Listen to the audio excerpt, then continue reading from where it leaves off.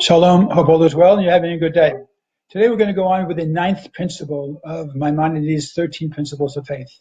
And this principle is about the eternal relevance of the Torah. How do we know that the Torah is eternal? It was given 3,335 years ago on Mount Sinai, in a day and age which is totally different than today. And how do we assume that it's eternal and that it lasts today and is as relevant today as ever? It's a very good question, and of course it's a question of a lot of discussion in Jewish circles and outside Jewish circles as well. Today we're going to just touch on a couple of ideas. I want to start with the spiritual, then get a little bit more down to practical applications. But in a spiritual way, we see from the Alter Rebbe, the first Lubavitcher Rebbe, who talks about what exactly happened on Mount Sinai. And we've discussed this, but I want to put it into a little bit of a different context. He says and explains at length how really what happened on Mount Sinai was God opening himself up and revealing his essence. That the mitzvahs that God gave us were really different aspects of his totality of willpower.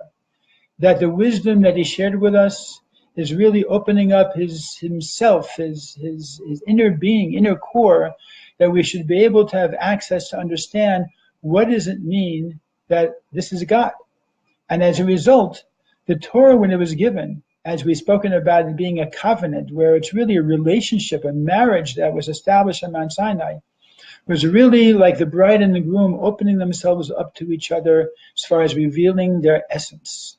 And as a result, the Alter Rebbe explains that this was not just a contractual agreement. This was not just a short-term attempt to try to get these Jewish people on their feet.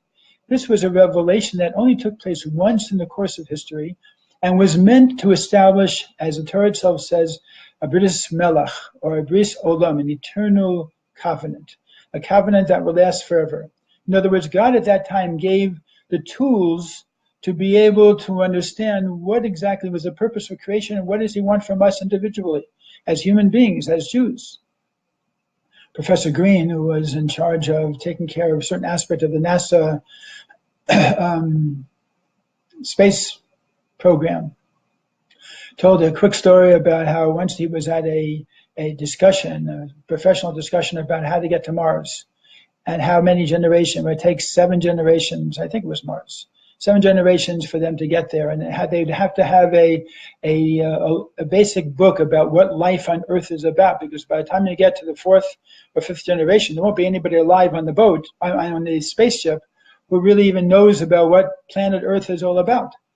And he opined that this is really similar to what the Torah is also. That at Mount Sinai, we, so to say, took off in our journey towards accomplishing the purpose for creation. And at that time, God gave us this book, this handbook, about how we're supposed to accomplish a purpose. Even though we're going to go far away from Mount Sinai, just as the people in that spaceship are going to be far away from planet Earth, nevertheless, they need to know what they're doing and why they're doing it and what they're supposed to do in detail.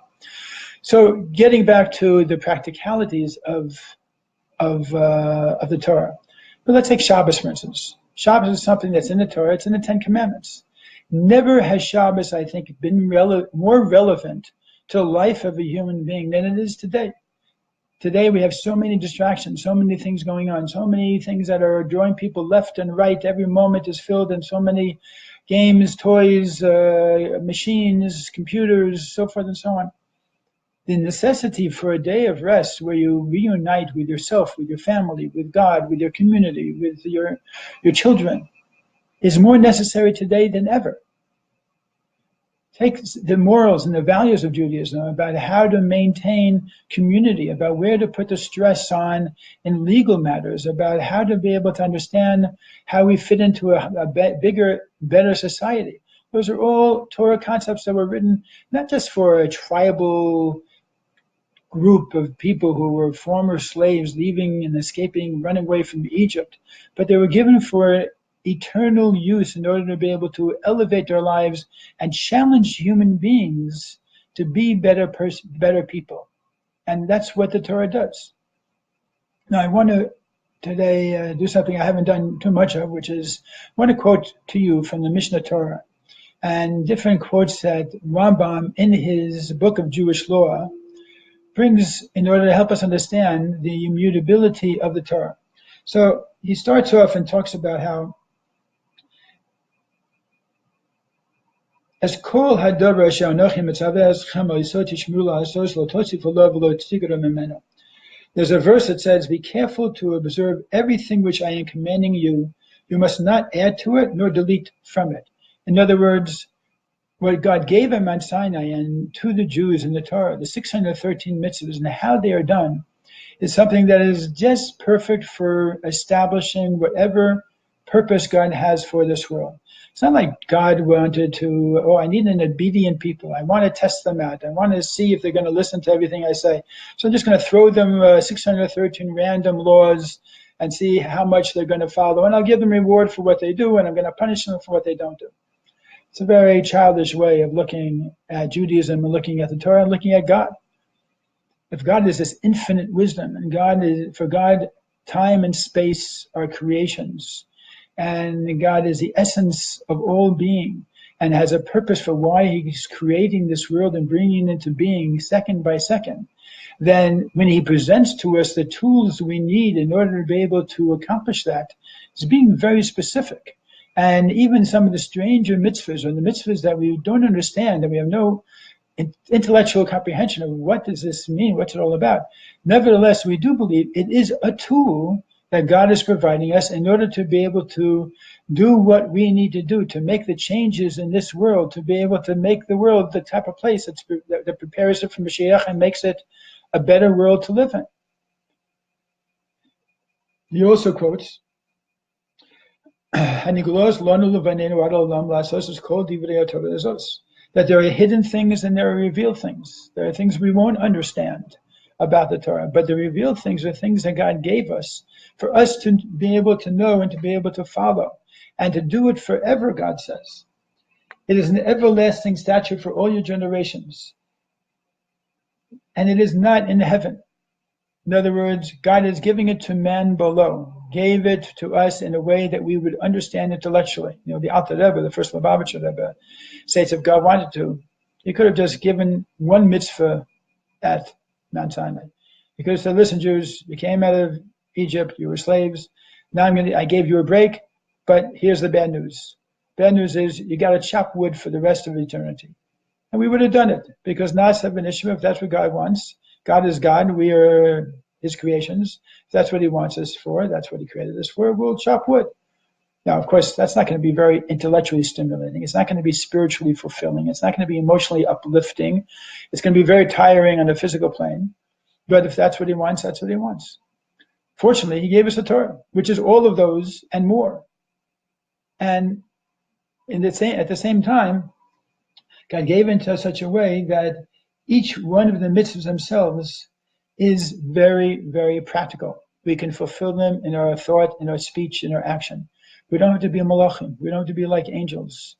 It says that God gave it not b'shamayim. It's not for the heavens. He didn't give it for the angels. He gave it for us human beings. There's a very interesting discussion in the Talmud about a rabbi who disagrees very strongly with the rest of his colleagues concerning a certain halachic decision that was being made. And he said, you know what? I feel so strongly about this. And he was a very holy man. And he was able to perform miracles. And he said, if I am right, let the walls of this Beis Midrash, this study hall, shake as we speak. And they started shaking. And his colleagues were stunned. But they said to him, Lo b'shamayim hi. The Torah is not given for the heavenly court. The Torah is given for us human beings with our logic to be able to figure out what is this Torah about. And God knew who he was dealing with when he gave the Torah. And he knew in terms of the establishment of the oral tradition, how the rabbis would establish the different laws, what process they would go through, which laws they would establish, what written aspects of the scriptures have the intonations that they have, or have the wording that they have, that would send the rabbis into a particular logical direction to establish a certain law based on that particular wording of a line in the Torah. So all of these things were not done just in as a matter of God had nothing better to do and just kind of threw it over to us. Every aspect is specific, and every aspect is established for the long term. One other aspect also, Rambam goes on and explains in the Mishnah Torah that based on what the Torah says, in Yochim Navi, that there will be prophets and God will send prophets, and the prophets have very specific qualifications that they have to fulfill to be considered to be a prophet. But there will be other people who will claim to be a prophet, or there'll be people who will be leaders of your people, who will teach a different type of approach to the Torah, or who will want to compromise on the Torah, or who want to add on to the Torah, or will say that the Torah really wasn't given at Mount Sinai, or will say many, many different things, as we know over the course of the last 3,300 years has in fact been the case.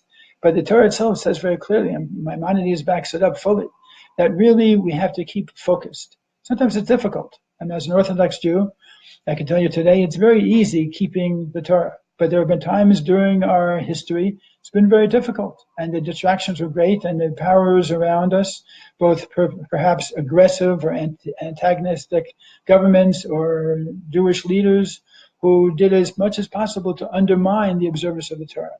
But somehow our people felt connected to the eternal nature of the Torah, and were able to do this in such a way that it is still not only alive and well, but thriving today. There is some eternal spark within the Torah that is the only explanation that could possibly provide a logical approach to seeing how eternal this Torah is.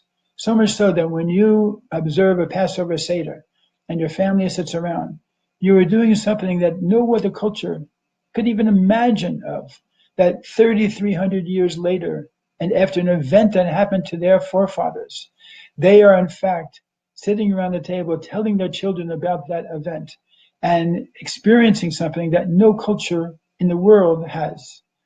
This is the power of the eternal nature of the Torah. And it's something really to relish and to be proud of as Jews, that we have something that has that eternal nature. Take care. Have a great day.